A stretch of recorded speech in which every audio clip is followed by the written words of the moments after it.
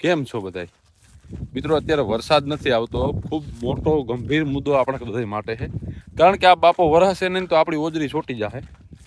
અને અત્યારમાં હવારમાં હારો અંધાર દેખાય છે. તમે ચારે બાજુ જોઈ શકો છો, ઝીણા ઝીણા છાંટા આવે છે. અને મારા બાપાએ તો નારિયેળની માનતા કરી છે કે મેરડીમાં વરસાદ થાય ને તો હું નારિયેળ વધેરું. આ એક ગરીબ માણાની અને મજબૂર ખેડૂતની પ્રાર્થના હોઈ શકે. અને ઘણા લોકો એમ કહે કે ભાઈ નારિયેલ માનમાંથી વરસાદ થતા હોય તો ઢગલા મોઢે વધેરીએ, પણ એમ વાત નથી. પ્રાર્થના કરવાની વાત છે કુદરતને. અને હવારમાં વરેળો એક હારો આમ કયો હતો, હવે આ બાજુ આવે કે નહીં આપણે જોવાનું છે. તો મિત્રો, હું જાતો હતો લાઈન ઉપાડવા માટે ફુવારા. રસ્તામાં મને જૂની યાદો મળી ગઈ. આ છે હુડિયા, ખૂબ ઓછા આવે લોકો ખાય છે અને ગોતવા જાય છે. કારણ કે હવે લોકોને આવું બધું દેશી ખાવું ભાવતું નથી. પણ અમે જ્યારે નાના હતા ને ત્યારે આ ખાતા, અને હું તો હજી ખાઉં છું. મને મળે એટલી વાટકો જો. કેમ છે, તમને ભાવે કે નહીં કોમેન્ટમાં જણાવો. વાડીએ ગયો ને, અહીંયા 2 ફુવારા હતા. આ 2 ફુવારા ભેરા કરવામાં મને હાવ કાર સળે છે. પણ કઠણાઈ હોય, કાંઈ વાંધો નહીં, હાઈલે રાખે. ઘડીએ 2-3 ફુવારા લેવા જવા, ભાગ્યું ના રાખતા કોઈ. કારણ કે ભાગ્યનો ધંધો કરવા કરતાં મજૂરીએ જવું સારું ભાઈ. એમાં કાંઈ વધતું નથી, હાલ્યું ડોફો ભાઈ.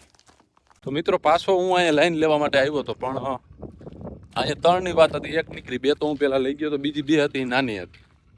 એટલે આજ એક તો પગમાં તૂટ થાય છે ને, હળી હોવ એમ થાય કે જિંદગીમાં કાંઈ છે જ નહીં. વાત માનશો? પણ કાંઈ વાંધો નહીં, જે થાય. અહીંયા જો, અહીંયા હારેથી ઘોડી કરે ને તો ખાઈ જાય એવી જ માનતી છે. જમીનો હારી રહી ભાઈ, કોબા એના હિસાબે જે થાય ઉપર વાળો દે પૂઠીમાં લઈને ઉયું જવાનું. મિત્રો, હું આવ્યો હતો પેટ્રોલ પંપે પેટ્રોલ નાખવા માટે. અને અત્યારે ફાઇનલી ધંધોહરમાં વરસાદ ચાલુ થઈ ગયો અને આ 2 રાજી થઈ ગયા. આમ જો મસ્ત વરસાદ પડે છે. અને હવે વાડીએ ઘડીક પડી જાય ને તો મોટર આગળ બંધ કરવાની જ રહી. જોઈ લો, અહીંથી પાણી નીકળવા માંડી ઉપરથી. વાહ, પૈર તું તારો વરાય, તારી જરૂર છે. એટલે સારો આવે, ઘડીક થઈ જાય ને તો કામ થઈ જાય. મિત્રો, આપણી વાડીએ હજી રફીક મામાની છે ને, આપણા સરપંચની ઉપસરપંચની એની વાડીએ અત્યારે લાઇટ વહી ગઈ છે. એટલે દયો બાંધવો પડે એમ છે. આ ખાટલો લઈ જવાનો રહે, એનું શું કરવાનું ભાઈ? ખાટલાનું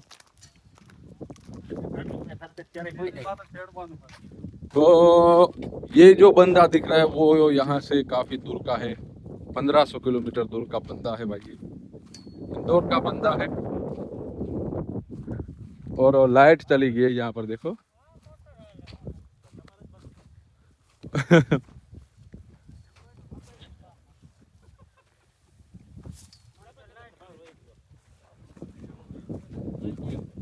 देखो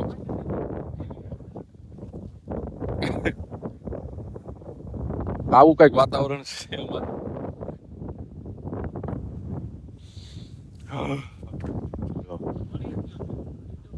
નીકળી ગયો હાવ લબડે હરિયો. બહુ રિસ્કી કામ હે.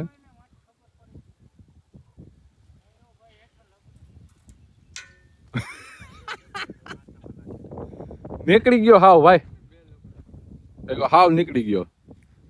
આપણે આ બાજુ હાલે છે જો, એટલે પૂગ્યા છે પાણી. હે આ ભાઈને તડકો લાગે છે આમ જો.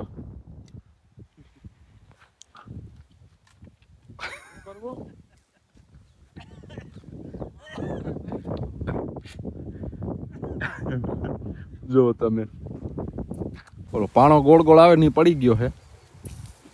જો સડાઈ હોય ને હવે ઉજવી જોઈને તડકો આવે ને પાછો ભગત આવ્યો ભાઈ. વાહ કારીગર વાહ.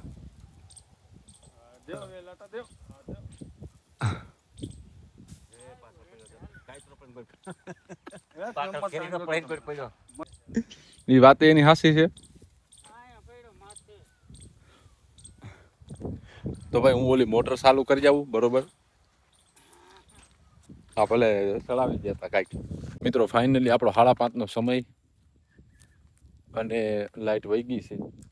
પાછળ ભગત દેખાય ત્યાં સુધી પાણી આપણું પૂગ્યું છે. અને હવે જે બાકી છે ને એનો કાલ વારો આવશે, કારણ કે અત્યારે પાવર વયો ગયો અને મારી તબિયત એ ખરાબ છે, મને ટાઈટ લાગે છે. શું થયું હોય તો માતાજીને ખબર, પણ ટાઈટ લાગે છે શરીરમાં. તબિયત થોડી ખરાબ છે, શરદી બરદી, કાનમાં ઢાકા પડ્યા, એવું બધું દેખાય. મારે વયું જ જવું હતું, પણ પાવર ટાણે જ ગયો છે. એટલે હવે ઘરે નીકળીએ આપણે અહીંથી. મારે આ થોડોક લાઈન છટકાવવાના છટકાવી નાખું. અને આ બ્લોગ તમને આવતીકાલે નહીં પણ પરમ દિવસે મળશે, કારણ કે કાલનો બ્લોગ જ મેં અપલોડ કર્યો નથી. કોઈ કારણોસર મારું તબિયત ખરાબ હતી તો મન નહોતું લાગતું બ્લોગ એડિટ કરવામાં. તો હવે ઘરે જઈને એડિટ કરીને પોસ્ટ કરીને અત્યારે જોવું છે. તો મળશું એક નવા બ્લોગમાં. જય માતાજી, જય શ્રી કૃષ્ણ, રામ રામ.